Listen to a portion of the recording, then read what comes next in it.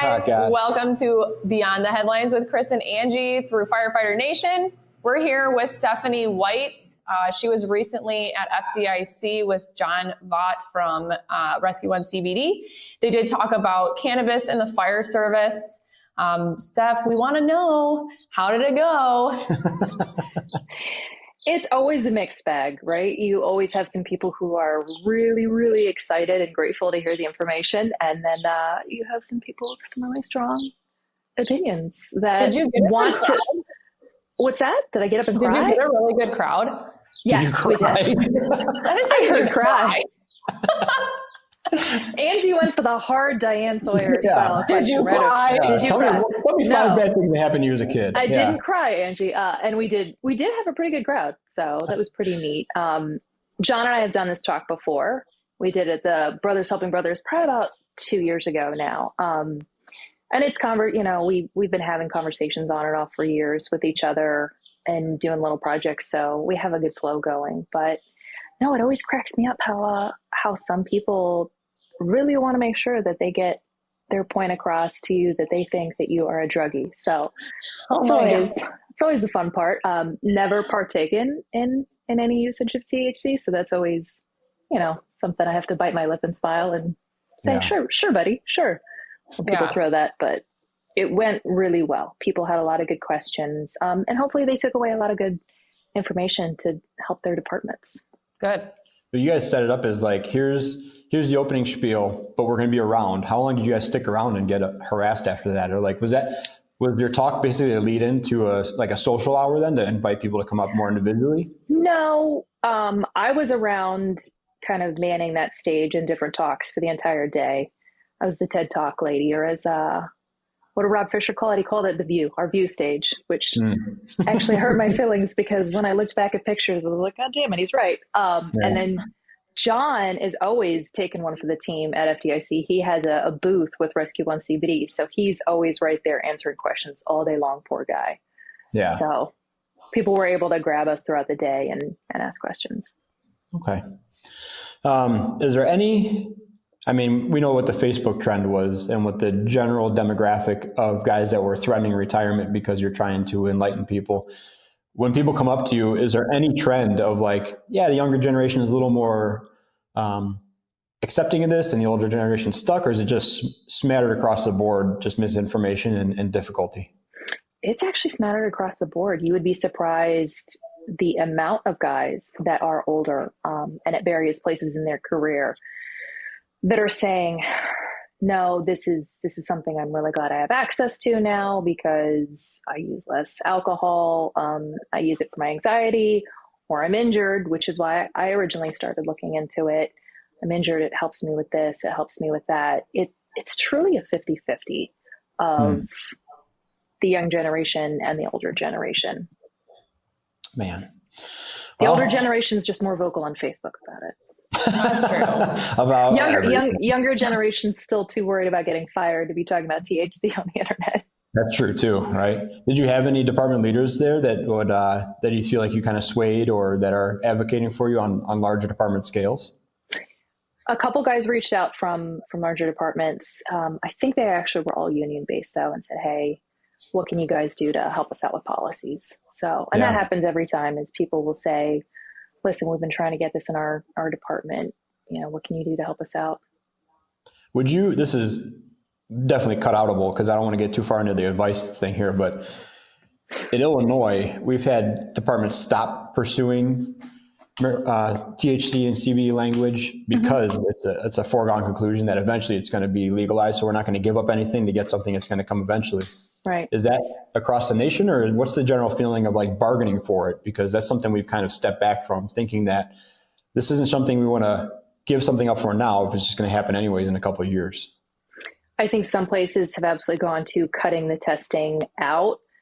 And a lot of places in my area, the politicians are kind of like, this is coming down the pike anyway. We better get ahead of it. And unions aren't bargaining for it as hard. Yeah. But I also think that was probably about 2 years ago when we thought there was federal movement on it. And now that that's stopped, I think people are picking it back up. Okay. All right. Yeah. I'm not a THC user either. But I know like with my department, our policy is that you are allowed to ingest, smoke, whatever, weed, THC and CBD. You just have to do it. It has to be like the day you come off shift, because you have to have X amount of time before you come back on shift.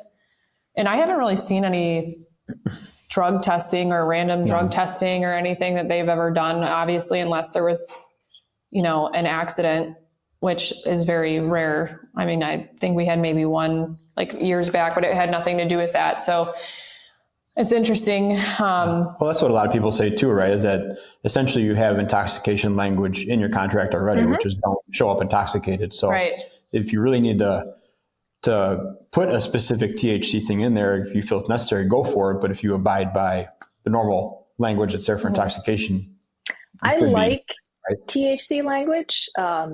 That's the union rep side of me, because I like people knowing how to stay out of trouble, right? If you put a certain time frame in there that you should stop using it by 8 p.m. before a shift, something like that, you give your people the ability to keep themselves out of trouble. I like that. I like rules on THC uses versus just taking the drug testing out, because you're giving your people knowledge to keep themselves and others out of trouble. Why would we not want that? Yep. I had a friend who, when I posted the cannabis in the fire service, state that he'd rather have, be on a rig with somebody who smoked a little weed last night than someone who had their head in a bottle all night. So I think there's like a very large, like, people are looking at, the THC CBD as this big stigma drug thing. But I mean, obviously, in my opinion, alcohol is the biggest problem. I mean, truthfully, like, just look at the, calls we respond to. What's ever really, is it because of weed or is it because of alcohol? So yeah. All right. Well, I'm glad it went well. You guys knew the feeling of it and what to expect anyways, but from an outsider, it's always fun to see something like actually different come down the pipe and be like, presented. We all know that if it's a search or a ladder seminar, there's going to be people who are like, yeah, that's cool, I'll take that back. But something that's actually different is rare. So I think it's pretty cool you guys were willing to stick your necks out there and kind of get in the way of those questions for a while. It was a lot of fun. We, and I know this will dovetail nicely into what you wanted to talk about for the rest of today. We wanted to create a different experience for the Firefighter Nation corner of FDIC. This was our first year having one, and search is covered, and leadership is covered, and all these different aspects of the traditional things that have been at FDIC, we knew were going to be there in the main classrooms. So we just wanted to have those questions that are kind of lingering around unanswered, or things that you don't get enough information on, kind of be in that area where people could stop by and ask questions. Yeah. Well, I'm committing us now. I told you we'd be there Wednesday, Thursday, Friday next year. Oh yeah, next year will be great. With the full expectation that we'll have several fallouts between the three of us and makeups again. And by this time next year, we'll have looked back on a successful FDIC. And so we'll be there. 100%. I promise. The fishbowl missed you guys. So. Yeah, well, it'll get enough of us next year. All right, Angie, what do you want to talk to Steph about besides your weed habit? So you recently came up. You got to deny that first. No, I don't deny anything anymore. I already made clear I'm not a THC user. Yeah. All right. So you obviously come up with a lot of really great articles. I love reading your articles, but recently you had put out an article about company pride. And I resonated a lot with you just because this has been a recent conversation in my area a lot because of specific policies and things like that. And my original thought always was, why is everyone bitching about, a hat or something? Like, we get paid all this money. Like, why is this such a problem? Or like, why? I had this different thought process in my head, and it seemed like reading your article, you too kind of went into that realm of thinking of it's not a big deal. But then you recently had a change of heart when I think was it a newer chief that you had gotten ended up changing some things for you guys that were small? So this was a chief actually years ago, probably about 2017 timeframe.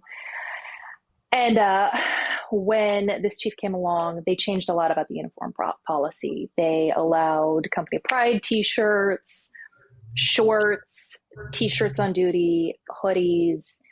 And at the time, like you, Angie, I was like, this is the dumbest effing shit I've ever seen anywhere, that people are getting this excited about this. I was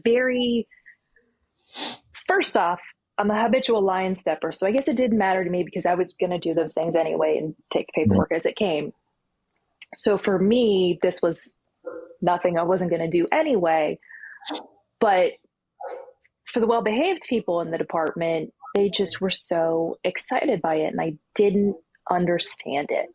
And what I wanted to talk about in that article is, now that I'm older and I've seen different styles of leadership, I realized what he was trying to convey. And it wasn't just the Oprah, you get a car and you get a car and you get a car. It was, this might seem like the tiniest, dumbest thing to the rest of senior staff, but this is something that consistently gets asked for. Shorts. That's something that so many people ask for over and over and over again, year after year. And by giving you this that nobody has cared to give you before, I'm showing you that I'm listening. Mm-hmm. And that was really, really lost on me for years. And I just thought, this dude came in and did the dumbest, easiest thing and won the hearts of everybody. And it took a decade for it to click and be like, oh no, I see what he was doing there. He was saying, I'm here, I'm listening. Here's this tiny little thing that you asked for that makes a big difference in your day, right? Right. 90-degree heat, shorts versus pants. Yeah. Playing devil's advocate though, how that guy lasted a few years, right? Or how long was he a chief for? I would have to look at when he came on and when he left. So most people in our area are chiefs for like around 3 to 5 years because they have contracts. So they'll come in, we're a large department. They'll write a contract on how long they're going to stay, and then they'll move on to another department. So devil's advocate, if he did that and he was still the chief today and still hadn't addressed the things that you consider important, but now you get to wear company socks, does that lose its luster after a while? You're like, okay, you really are just picking off the low-hanging fruit. We need to get in the game here. Or what's the breakover point between, that's great, thank you, now let's get the work done? Because I feel like you would hit that point by now. No, absolutely. So he was only a chief for a couple of years, so he didn't have the elongated time for us to see if, okay, did that listening die out over time? Yeah. But yes, they're absolutely cool. You know, first year you give us a bunch of stuff, and then second and third year our rigs are falling apart and you're not listening. Then yes, I would have had a stronger, meaner opinion. I mean, it's great to have a strong start. I think a lot of chiefs do. Listen, all of us do, right? We come on the job a certain amount of bright-eyed and we say, I'm going to be this kind of a firefighter or technician or chief or whatever. We have that sense within us of pride and a benchmark that we want to meet. And over time, if we're not careful, we all lose that. Doesn't matter what rank you are. Mm-hmm. So yes, every chief is hopefully going to come through the door listening. But yeah, are you sustaining that listening? I think that's where I run into conflict with this conversation in my department, is we do, for the most part, and I know guys who are listening that are from my department will counter my points, but I'm pretty happy with the equipment we have, with the way we're running. There's some major glaring issues that we're trying to resolve, but the bases are covered for the most part. And then when people are complaining about their fashion on top of that, it's like, yeah, but where in the continuum is the importance level here, right? If we didn't have anything and we get a win of hoodies, I'm stoked, right? But if we have all this other stuff and you're still complaining about hoodies, but you haven't done the work to get them back, then it falls apart in my eyes. So there's like a value continuum that I'm fighting with right now, because I would love to have all that stuff, but I also don't think it's that big of a deal because we have all this other stuff in my eyes, right? And so I think if we got hoodies and stuff like that now, that'd be nice, but it may not be as impactful as if we had nothing and this was the first step in the right direction. I'm going to be a devil's advocate. Go ahead. A little tiny one. I'm going to be, because at the end of the day, are the rigs for us or the rigs for our community? Because we need working rigs in order to respond better, in order to do things better for our community. And for me, yeah, having good rigs is obviously important for us to have, but I think that that's more of like your district, your community response, and more for them and a little bit less for us, granted. Like, that's how I view it. But it's all for them. It is all for them. No, which is it's why not. We need That's a whole different argument. A little for us. Just a little bit for us. So, and I think it too depends on like, what are the issues at your department, right? So like, if you have these big issues happening and you have a lot of people, maybe you have a really low morale department and there's a lot of big issues happening that get shoved under a rug, those little things end up mattering a lot more. Because just like in your article, you kind of say like, we deal with a lot of chaos already. We deal with, especially nowadays, with a very divided country. Divided culture, everything that's going on. Plus now we're responding to all these emergency calls. During COVID, we were still responding to, when the world was shut down, we weren't. I mean, we still had to go to do all this stuff. So what was left for us during these chaotic times that made us feel comfortable, happy, have pride in like our response, because that stuff can really feel like it's crumbling around you. And I feel that when you get things like company pride, whether that's that t-shirt you can wear at work, and it is so much more comfortable anyway. When responding to calls, you kind of build like a better camaraderie with your crew, your feelings get a little bit lifted. You guys have a little bit more fun when you know that you're repping your company and things like that. And that's what I've seen. So, okay, then I'll say the circumstance and who it's coming from is more important than what it is. Because I think we can all agree that some chiefs would say, here's a company pride sweatshirt and hoodie and individualized t-shirts. I made them for you. Enjoy them. And you'd be like, are they bedazzled? Yeah, I'm going to burn this thing before I wear it because of who it's coming from and the way it came down and what the situation is, right? With that chief, if he was a total jerk and this was his attempt to fool some people into liking him, that's a whole different situation, right? So it's very individualized. Point Angie, point Stephanie. Well, do you guys still have your company pride sweaters and stuff? Like, are you guys still able to do that now with a new chief that you have, or did that get changed? No, we still have it. So I'm going to work backwards. So the company pride part, Angie, that you were just talking about. Listen, we are always in fun competition with the company up the street from us on Route 1, and it's fun. You show up, you try to outwork each other, you make fun of each other all day long, you meet each other for ice cream at night. It's just a fun, great part of the fire service to keep alive.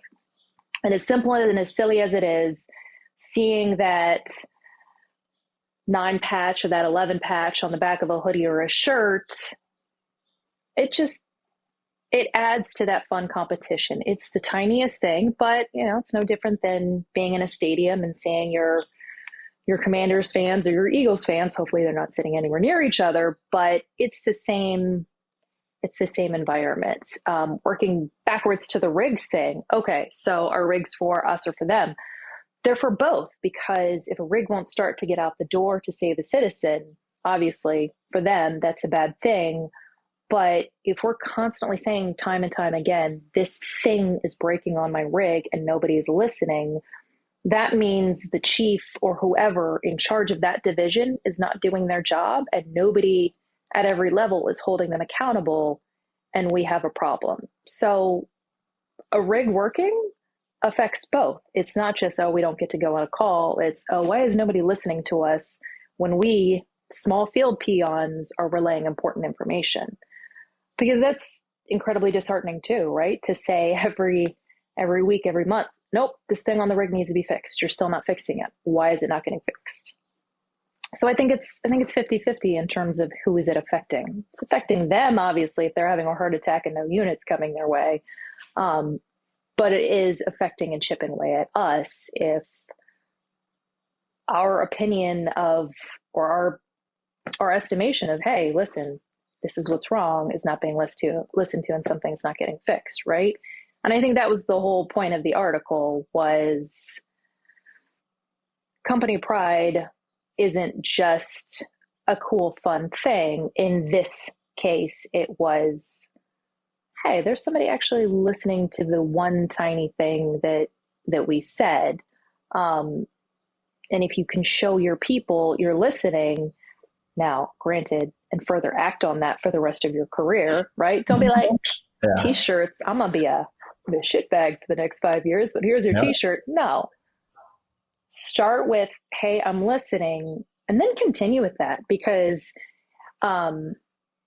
this person was not my favorite fire chief, but looking back, you know, the man was in firehouses. He was dropping by for dinner and he was listening. I didn't like some of the way he handled policy stuff. That was just the, you know, my union opinion. But in terms of listening and being present, absolutely, he did those two things. And as I've gotten older, I've realized that that's a very rare thing that we see, because people, when they get to a certain level, they're management, right? And they believe their job is to manage and to make the big money decisions.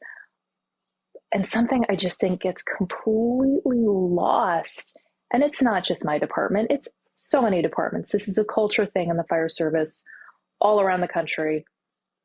You're a leader. You're not just a manager, you're a leader. You are going to affect the tone of your department. Like it or not, you are not just working for the city council or the board of supervisors or whoever. You're working for us. At the end of the day, we can make a vote of no confidence in you, right? Now, that might not do a ton, but it might keep you from some fun little award-winning extracurricular activities that you do. You are leading the culture. If you are not in a firehouse listening to your people, then you're managing. You're not leading.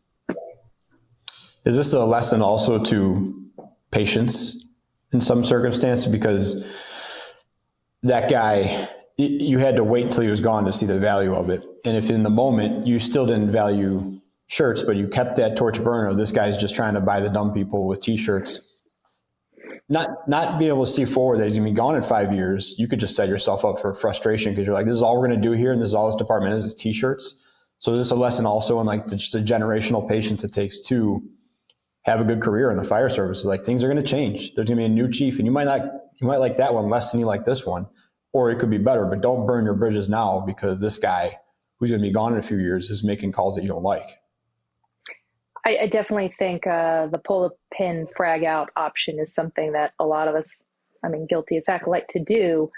Yeah, you absolutely need to give it, excuse me, dying, give it a little bit of time to, you know, don't burn a bridge right away, right? If you're not seeing a certain amount of sudden movement. Now, granted, if your department's in crisis, okay, maybe then we need instant movement. But yeah, you got to give leaders patience. But at the same time, are the leaders doing all the small, tiny things that they can be doing to show that they're present?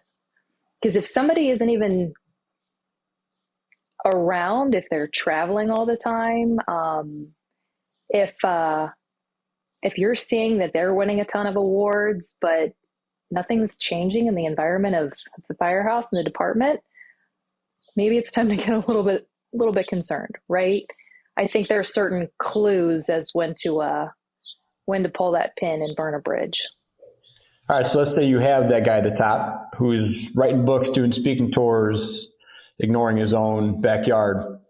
Whose responsibility is it? Is it me at the bottom, me and Angie at the bottom, trying to push this thing and save it? Or do we just ride this guy out for a couple of years and hopefully it's better in 3 to 5 years when his contract runs? Listen, this is where I'm going to give my union spiel. Yeah. But even if you're a volunteer company, this still applies to you. This is your department. You're the person showing up. You're the person being completely sleep deprived, losing time with your family.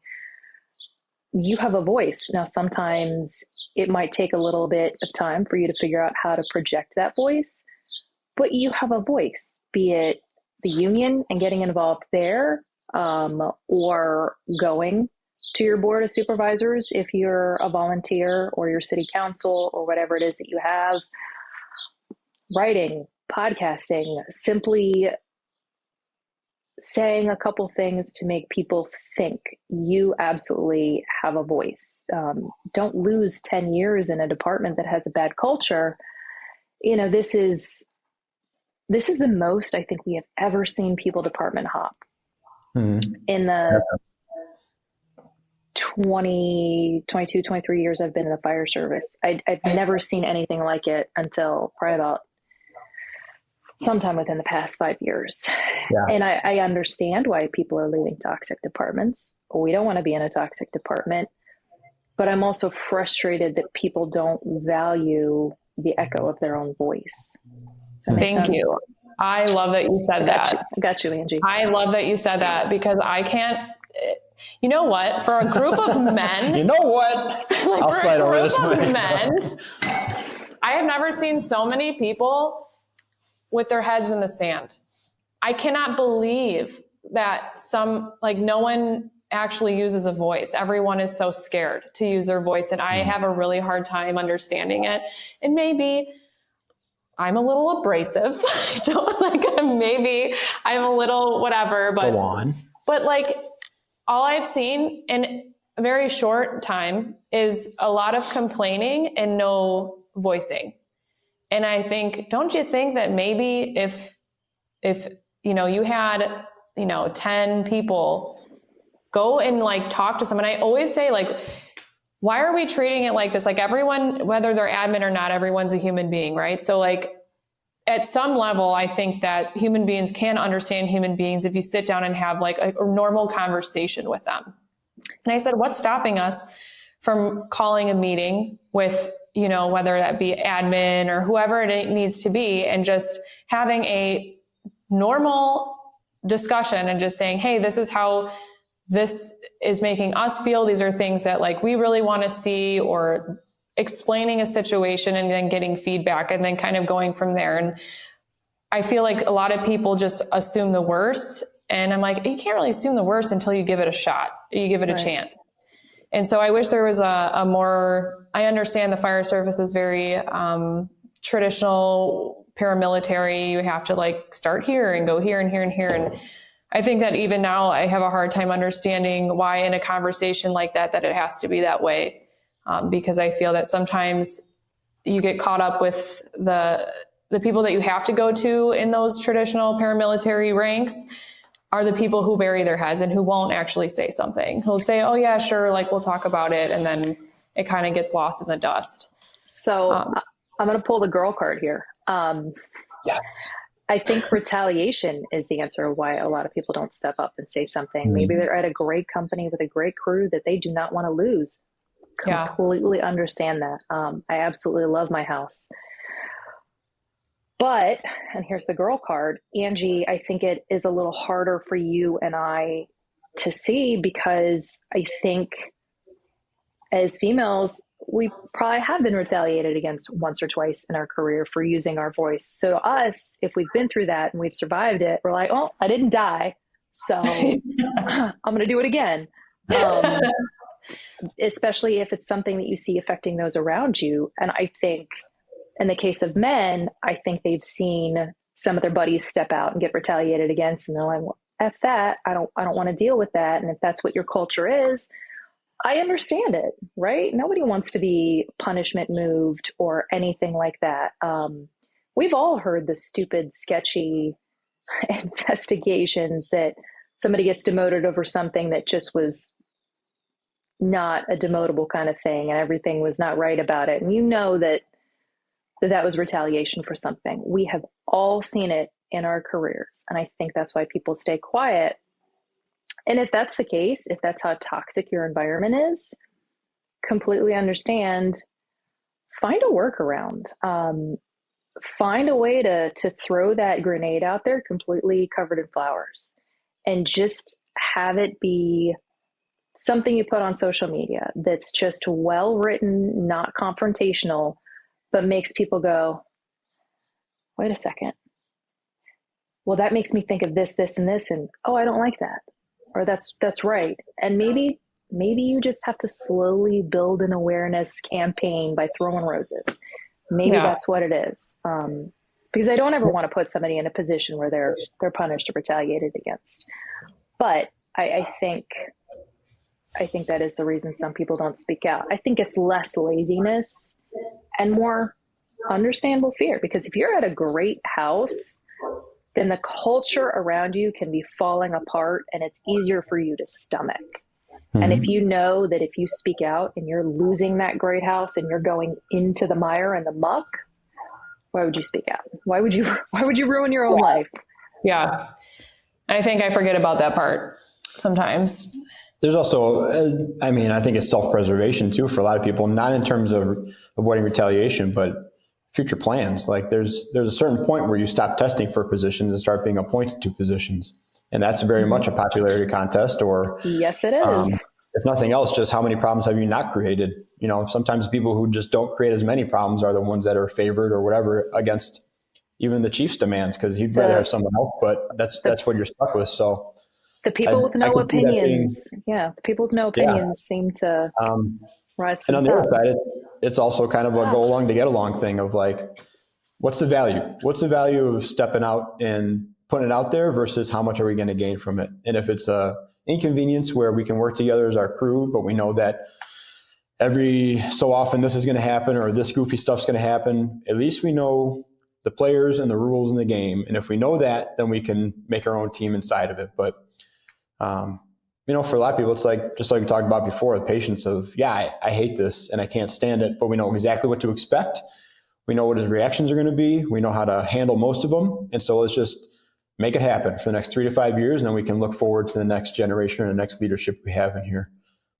So there's a million reasons. Now, not to take anything away from you guys' point, sometimes it's bogus. They're lazy people. There's a lot of complainers and it's bad and needs to change. But those are, like you're saying, Stephanie, that's like a whole nother ball of wax. And that's something where I think people can get discouraged because they'll go have that heartfelt conversation, even one-on-one with someone, and be like, I laid it out for him and he's still doing the same stuff. Well, that person didn't get there by not having an ego and not being looked at as a person who's going to like lead this department. So for one person or even 10 people to expect for one meeting to have a profound impact on how this person's been operating for 26 to 28 years, it's going to take a long time. And you might be fighting those fights all the way till that person retires and never resolve anything. Mm-hmm. But at least you can say you tried and you did something and you approach it the right way. Speaking truth to power is important, but it's got to be palatable for both sides. It can't just be throwing rocks from the bottom and hoping for change. It's got to be this well-calculated, thought-out maneuver, this tactic. And I think people get caught up a lot of times of like, I'm just going to be bold and say what I mean. And if they don't like me, that's too bad. Like, well, it is too bad, but it's too bad for targeted. You. You're gonna, it's gonna be too bad for somebody, but it's not going to be the admin. So you're not the only one. It's one of those things. But that's also me. I'm a little bit, and when it comes to rank and all that, I'm a little bit of a pacifist. I try to look at really what it comes down to is like, how much does this really affect us besides being fodder for the kitchen table? And if there's actual impact, then okay, we can get involved. But a majority of things, and I'm going to blow your world up with this. Yeah, so so you're saying kind of a go along to get along, just survive it, ride it out. But all the people in the chain of command below that toxic person or that negligent person are seeing that game plan and they're seeing it be successful. They're saying, well, nobody is speaking up against this person who's not putting any effort into doing their job. Well, when I get there or when I get one more step up, I can emulate that because I've seen it be successful. Yeah, I agree with that. But that person is typically not the carbon copy of the person who's doing it now. And that person will have different weaknesses or angles that will not work as effectively. I'm talking more about like the generational talent of idiot here, like who is just somebody who just from the beginning, you knew that they were destined for infamy. And people who try to emulate that might get like 75% of it right, but they're going to lose it somewhere. So I just have faith that we're going to be able to pick that off the second the doppelganger will not be as effective as the original, and we'll be able to pick it off at that point. But I understand what you're saying, because we see that in the lower ranks of lieutenants and captains there's a very clear path to get to that point. And you can have extreme managers in those positions, but because the chief went through that and he cares about this, and this, they care about that, and ignore all the other stuff. So I do completely agree that it's fostered from the bottom, and those roadmaps are clearly laid out. And that is more of what I think is our job as peers to try to kind of head that off. And that might be a little ounce of prevention thing, but that's kind of how I view that topic. Well, and so the article, it's called Company Pride, but it was really about the tiny things and the way they make a difference. And something that is company pride and a tiny thing is don't walk past a problem, right? I had somebody recently who I had never met before. He was telling one of my buddies, well, she's never done anything in her own department to create change. And I giggled at that. And I realized, okay, it's because I don't walk past the tiny things because I've seen the tiny things become big. Like I get my some of the guys on our unit executive board have a special nickname for me because I'm a bug instantly about things, but it's because I don't want things to snowball. So yeah, I might never have freaking gotten the rigs changed to ice cream looking truck blue or something that's big and visible, but I'd like to think that in my career, I've helped a lot of tiny things not become big things. And that's something else that is pride, right? Because I think we so often look at the people who create big change or manuals or new policies, new way to rack hose, and we look at that as change and we see this big thing. No, part of pride, company pride, and the little things that this article focused on is find the small things, fix the small things, because small things will eventually become big things. And I would rather change 500 little things than, you know what, have gotten the fire trucks from snot yellow to red. As amazing as that would be, Yeah. How big is that versus keeping a bunch of little things from becoming huge things? So don't focus on, I have to do something huge to be considered change. No, it's okay that if you see this policy is making this person over here suffer, pregnancy policies or injury policies or the way you return to work, any of that, that's not big and sexy, right? That seems like something tiny. It's okay to change the tiny things over and over and over again. That's still change. Mm-hmm. I think I feel like I'm disagreeing with you a lot on this one. I think those are big things. Like I think you should just shut up. I think those are incredible things. That's what I think. I'm going to need you to just smack him, Angie. I'm saying those are big. I'm giving you more credit. I'm Mm-hmm. fighting with the boss all the time. All right, Angie, you take the next 7 questions. So since your department, when they changed to all the company pride sweaters, the hoodies, all that, what are sweaters? She makes it sound like so collegiate. We're not wearing like Harvard style V-neck knit. hoodies. Are they zip up or are they quarter zip? You can have both. You can have Ooh, that's pullovers. awesome. My God, so spoiled. That's awesome. So what you have to kind pay for it? What kind of positive changes have you seen over the years when this came about with your crew, with the crews that the other stations? Did you see more like fluidity with teamwork? Did you see more positive attitudes? Like what were the positives of this change? I was warmer and I got written up less. 2 for 2. Awesome. No. So when that happened, I was already at a place that had a bunch of company pride. It was a TRT house. And I think all the companies around us actually had I was in a really aggressive battalion when this happened. So they had their own like obnoxious style of company pride, but this was just a more fun shift way of doing it as well. People started to get coins, or you'd want to buy a shirt from someplace that you used to work. It was just those little things of, hey, I'm proud that I worked there, and here's this tiny way that I can show it. Did it help with competitiveness? I'm sure it did in small ways, but I think the big thing was in your own house, allowing you to have your own patch. Some places didn't have patches, so they got the chance to design it. Come together as a crew and as a house and create this thing that's a visual symbol of what it means to work at that spot. I know in your article you said that it means a lot when leaders don't treat us like we're numbers.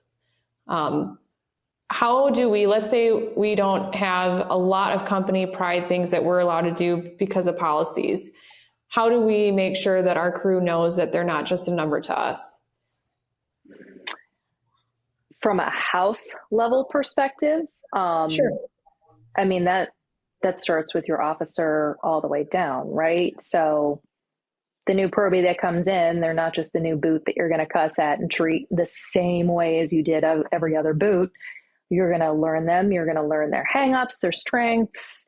You are going to train with them in an individualized way, not just the same old, well, this is how my probie year was, so you're going to have it. It starts there and it moves all the way up the chain of command to the captain, to the battalion chief. Are you paying attention to your people? Are you noticing, hey, this person's banging out sick a lot, I'm going to go write them up? Or is it a, hey man, I noticed you started to use a lot of sick leave. Is there something going on? Are you injured? Is there a family thing? How can I help you? How can we use our resources to improve the situation for you? You don't see that a lot. You see people saying, I see a problem, here's paperwork. Or, hey, guess what, kid? That's how my probie year went. That's how your probie year is. This isn't a kinder, gentler attitude. This is these people are my resources. How do I make sure that my resources are being as effective as possible? And that part might sound a little callous to call people resources, but they are. But each one of those resources is different. So if you're not knowing things about your people at every level, then you're not going to get a whole lot of effort out of them, or you're not going to get the best performance that they have to give, especially if you're handing them a lot of paperwork for dumb shit and they're getting really disheartened. And that starts with us at the lowest and it moves all the way up, right? Battalion chief knowing their station commanders and their lieutenants and their captains, and holding them accountable for knowing their people. It's funny. This kind of ties back into the THC thing of people ask me all the time, well, how am I going to know if somebody comes in high? You're going to look at them. Yeah. Right? Yeah. Do you not look at your people in the morning? Self-awareness. Right? And that question always blows my mind that people ask that, but it's like, hey, do you not talk to your people in the morning when they're coming on shifts? Like, and that question always blows me away. That's part of the answer. And that's how you help people feel like not a number. Listen, if it's paramilitary where you are and you're all looking the same, that doesn't mean that you can't make people feel like not just a number. It's how you listen, how you treat, how you apply solutions, or discipline in some cases. Keep going. I'm not talking anymore. Keep going. Good. I'm agreeing with everything. Good. I'm over here shaking my head. I agree. I love it. I didn't mean to disagree the first couple times. I think that this was a great talk. I think you don't get candy for agreeing, Chris. I mean, the damage is done at this point. Well, halfway through it dawned on me, I'm like, oh, this is my boss. I forgot. And I was like, this is too much. But it's just different. I mean, we're a couple thousand miles, we're 1,000 miles apart. And it's just, even me and Angie are 20 minutes apart where we work, and it's just completely different worlds, you know, like half the stuff that she deals with. Yeah. Oh yeah. Half the stuff that she deals with her issues are things that were issues and don't exist anymore, or are going to come down the pipe with me. So it's so individualized, but the core tenets of what you're saying are universal and they're timeless. You know, that's all the stuff that we're trying to change, quite honestly. If I were to wrap it up, everything is centered around the face, the voice, the ears, in that article. Listen, you have a voice, use it, and you have ears. Use them. So use your voice as the lowest person on the totem pole, and use your ears as a leader. It's just, we're such a divided cultural nation right now, and it's because people are using way too much of their voice and nobody's listening. I'm sure if you line 10 people up, that could be Republicans, Independents, and Democrats, and you say, what are your priorities? What do you want out of life? They're all probably going to have the same answers, right? Same Maslow hierarchy. Yeah. And it's the same thing, is departments all across the nation are suffering from the same things. And it's a lack of people knowing how to create change with their voice, and people who should be listening who aren't. Yeah. I've learned a lot, I think. And as someone who's super new, I think that I've learned a lot of things that I didn't realize were problems. And I'm still learning how to help with create any kind of change that I can, or at least be a better person to the people who come in behind me. and try to initiate change in that way. I wish there was a better answer for people who are in these positions, but I'm still trying to figure that answer out too. So that's what I'm ending with. All right. Sign us off. Why don't you? You were too quiet than the last 10 minutes. Thank God. All right. Well, Stephanie, thank you. Everyone ignore what Chris said. Okay, I'll the stop entire talking. Go time, ahead. actually, because We'll edit it out. Listen, I really enjoy people arguing with me and disagreeing with me. So I wasn't arguing with you. I was just debating is great. Just know I'm on your side. Yeah, me too. All right, I'm on your side too. And I know who the ride and die in the podcast. girl power or whatever you two need to hear to make everything happy. Thanks for listening, guys. Stephanie, thank you so much. Thank you for joining us today, kind of last minute-ish, talking about your cannabis talk. Again, we're so excited for next year. I think that Firefighter Nation is going to be a really great thing that's going to grow exponentially, come next year. And we're so excited to see your future articles and interview more people. And thank you so much again for coming on and talking with us. Thanks for having me, guys. And Angie wants a hat too. And I told her if she gets one, then I have to get one. Angie, you can definitely get a hat. Thank you. Not you. What the hell? Just me. We'll give you like a pen or a stress ball or something. That's perfect. Yeah, That's fine. perfect. All right, You obviously need it. All right. Give Angie a couple of the stress balls to throw at you.